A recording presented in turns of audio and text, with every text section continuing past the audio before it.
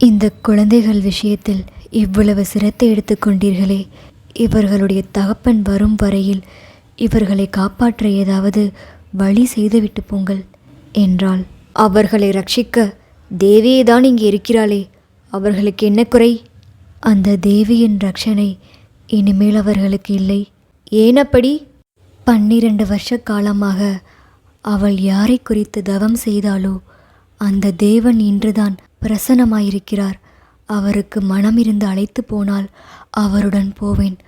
அவர் மறுபடியும் என்னை விட்டு சென்றால் மனிதர்கள் யாரும் முடிவாக செல்லுமிடம் செல்வேன். கைலாசத்துக்கு மயிர்கூச்சல் எடுத்தது. இவள் என்ன சொல்கிறாள்?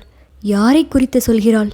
கொஞ்சம் விளங்கும்படி சொன்னால் நன்றாயிருக்கும் என்றான். வீட்டுக்கு வந்தால் சொல்கிறேன். இந்த குழந்தைகள் இங்கே சந்தோஷமாயிருக்கட்டும்.